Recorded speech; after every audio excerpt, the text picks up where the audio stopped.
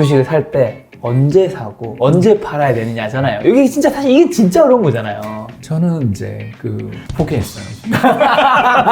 자기가 보유하고 있는 종목의 비중이 원래 비중과 같은가를 항상 체크할 필요가 있어요. 제가 카카오를 가지고 있는데 전 좋게 봅니다. 네, 심지어 또 많이 가지고 있어요. 한 장 정도를 가지고 있어요. 한 장 정도를 100만 가지고 원? 있는데 저 같은 경우는 60일선을 많이 보는데요. 네. 그 메리츠 자산운용 존니 대표님 아시죠? 그런 차트 보여주지 말라고 하시잖아요. 그런 분들이 어떻게 많지 생각하세요? 않죠.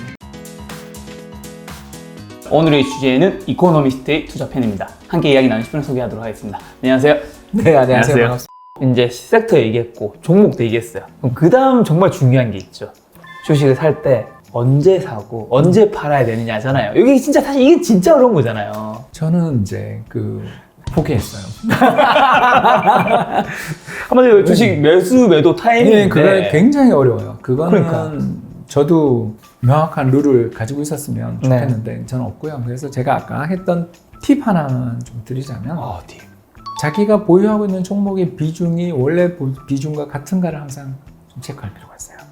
내 종목을 가지고 있어요. 예를 들어서 애플, 아마존, 삼성전자, 카카오를 가지고 있다고 치겠습니다. 그러면 내 종목 중에서 너무 한 종목의 비중이 과도하게 커지고 그 종목이 다른 종목 대비해서 비중이 너무 커지는 경우가 나올 때는 수익이 높아지면 비중이 커질 테니까. 커지죠. 이제 뭐 예를 들어서 25대 25대 25를 사놨는데 어느 날 갑자기 그 회사 40%가 됐어요. 너무 기분 좋은 거죠, 이거는. 그럴 때 이제 가서 내가 샀을 때 전제가 같은가를 한 번만 체크해봐도 매매하기 굉장히 편하신 것 같아요. 그러니까 그걸 점검할 수가 있어요. 그래서 저 같은 경우도 이번에 그래도 올해 수익이 이대로만 가면 이제 플러스가 날 것 같은데 플러스 정도인 것 같은데 이게 왜 가능했나 하면 매월 저희가 이렇게 점검을 하는데 한 2월 말쯤 됐는데 달러 비중이 한 5대 5를 잡아놨는데 그게 한 6대 4 뭐 혹은 7대 3까지 올라오더라고요. 달러를 너무 많이 보유하는 것 같더라고요. 그러면 아무리 달러 자산에서 내가 좀 수익이 낮지만 이건 팔자. 이게 내가 뭐 특별히 달러가 앞으로 초강세를 갈 거라고 뭐 그렇게 전망하는 것도 아닌데 뭐 이렇게 많이 올라왔나?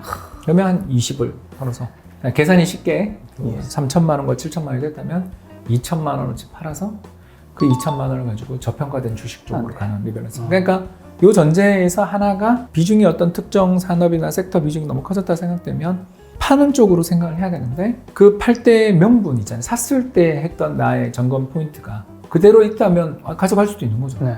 오히려 더 사야 될 수도 있죠. 네. 왜냐면 더 좋아졌을 수 있으니까. 생각보다 더 좋아졌을 수도 있으니까. 그런데 그런 거 없었는데 올라갔다라고 생각될 때는 좀 팔아서 못 오르는 쪽으로. 그러니까 심리적으로 되게 어려워요. 그죠. 잘 가는 걸 팔아서 못 그쵸, 가는 걸 그쵸. 사야 되니까. 그래서 이걸 너무 자주 하시면 안 돼요. 저 같은 경우는 잘해야 분기 한 번. 분기 한 번. 그래서 3월에 한 거고요. 그런 식으로 매매를 하는 걸 추천드립니다. 네. 그럼 이제 박사님 오셨으니까 사실 이 굉장히 많은 질문은 저는 시청자들을 위한 질문이 굉장히 많은데 이 질문만큼은 저를 위한 질문이에요. 제가 뭐 어떤 질문 나오는지 아시겠죠? 지금 맥락상. 몰라요. 자, 사실 제 시청자분들이 제가 가지고 있는 종목 딱 하나를 알고 있어요. 제가 카카오를 가지고 있는데 네, 전 좋게 봅니다. 네. 심지어 또 많이 가지고 있어요. 한 장 정도를 가지고 있어요. 한 장 정도를 100만 가지고 원? 있는데. 그렇지. 100만 아니면 뭐 1000만 아니면 1억이니까. 아니, 10억은 아닐 거고.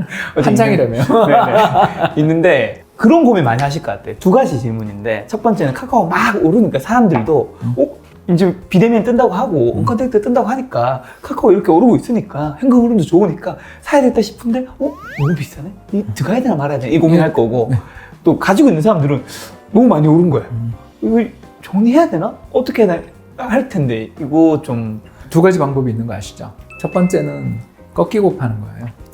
어깨. 예, 어깨에서. 그러니까 이제 이걸 모멘텀이라고 저희들이 부르는데요. 모멘텀 전략입니다. 이게 제일 쉬운 전략이라서 그냥 편하게 가르쳐 드리겠습니다. 모멘텀 전략은 뭐냐면요. 많이 오른 종목을 사는 전략입니다. 왜냐하면 오른 데는 이유가 있으니까. 이해되시죠? 그렇죠? 그리고 차트는 그래프를 보시면 분이 되게 많잖아요. 주가 차트는 오르면 오를수록 더 이뻐집니다. 정배열이 되잖아요. 이동평균선의 정배열이 되죠. 그래서 이런 전략들을 가지고 계신 분들 입장에서는 첫 번째로 매수하신 분들한테 드리는 전략이에요. 첫 번째는 이게 중요한 이동평균선을 깨고 내려갈 때는 좀 조심해요. 많이 오르고 있는 중이기 때문에 조금 조정받아도 좀 싸게 팔아도 큰 손실이 없고 오히려 이익을 실현하는 거니까 그럴 때는 본인이 생각하는 중요한 이동평균선들을 포착하고 계시다가 저 같은 경우는 60일선을 많이 보는데요. 60일 이동평균선이라는 뜻입니다. 모멘텀 전략을 할 때 가장 많이 사용하는 전략이 바로 이동평균선 전략들을 씁니다. 그래서 중요한 주가 레벨대가 있잖아요. 예를 들어서 뭐 지금 7만 원인데 이동평균이 밑에 6만 원을 지나가고 있다 그러면 6만 원까지 조정받을 때는 참는 거죠. 그런 전략을 쓸 수 있고, 이제 두 번째가 잠깐만요. 두 번째 전에 그런 의견에 대해서 그 메리츠 자산운용 존니 대표님 아시죠? 그런 차트 보여주지 말라고 하시잖아요. 그래프가 이런 모양이기 때문에 이런 모양으로 갈 거라고 얘기하는 거는 잘못된 거죠. 근데 이제 그런 분들이 어떻게 많지 생각하세요? 않죠. 예, 제가 이제 이렇게 편하게 이야기하겠습니다. 그렇죠. 의견은 다른 건 다를 수 있는 거니까. 많지 않죠.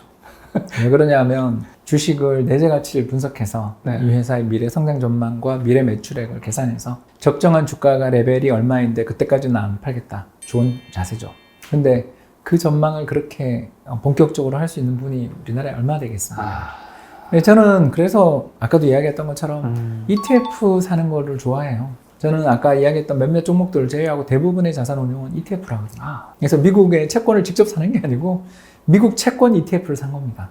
미국 주식 ETF를 사서 들고 있거든요. 그런 것처럼 어떤 업종이라든가 스타일만 정하고 업종이나 스타일 ETF로 대응하라고 많이 말씀드리는 게 그런 의미고요. 이제 두 번째 이야기를 조금 하자면 살까 말까를 고민하시는 분들이 이제 제일 있었잖아요. 그런 분들한테 저는 편하게 이야기를 합니다. 저는 어떤 기업이 되게 잘 올라가고 있고 주가가 굉장히 갈 것 같고 향후 전망도 밝다라는 생각이 들면 분할 매수해라. 한 방에 다 사려고 좀 제발 그러지 말자. 네. 저도 아까 이야기했잖아요. 분할 매매, 분할 매수한다. 근데 네. 그런 좋은 섹터가 있고 좋은 업종이 있다면 그게 무한정 계속 쭉쭉 날아가는 게 아니라 시장이라는 건 항상 올라갔다가 내려갔다 하면서 출렁출렁 거리는 거고요. 네. 그리고 사람들의 태도가 내가 그때 판단했던 게 다음 달에도 그 판단이 유효한가에 대한 고민을 해봐야 되거든요. 그래서 분할 매수하는 전략이 좋습니다.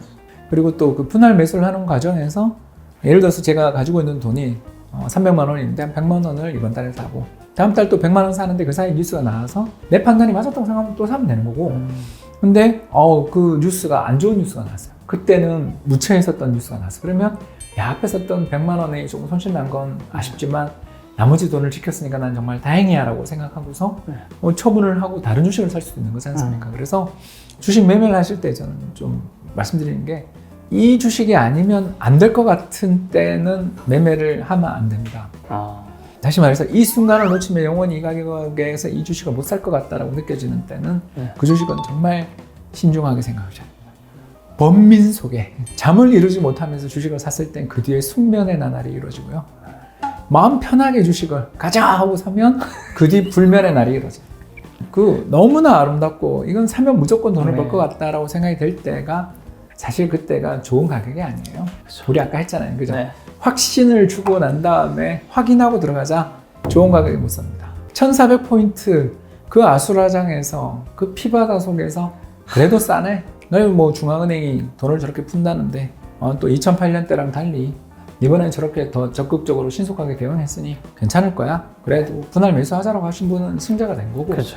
그때 너무 무서워서 경기 회복되는 거 보고 연준이 정말 그렇게 돈을 푸는지 또 정말 회장님이 자사주를 정말 살지 또 워렌 버핏님이 주식을 살지 확인하고 사자 이러면 타이밍을 놓치는 거잖아요. 그래서 주식이라는 것은 제가 그래서 리스크를 지는 대가로 수익을 내는 거거든요. 리스크를 지는데 올인할 것입니까? 전 그러지 않아요. 분할 매수하자. 잘 가는 종목에 있어서 이렇게 배부른 고민을 하고 있을 때는 이동평균선을 활용하는 기술적 매매 전략도 나쁘지 않다. 이렇게 보고 있습니다.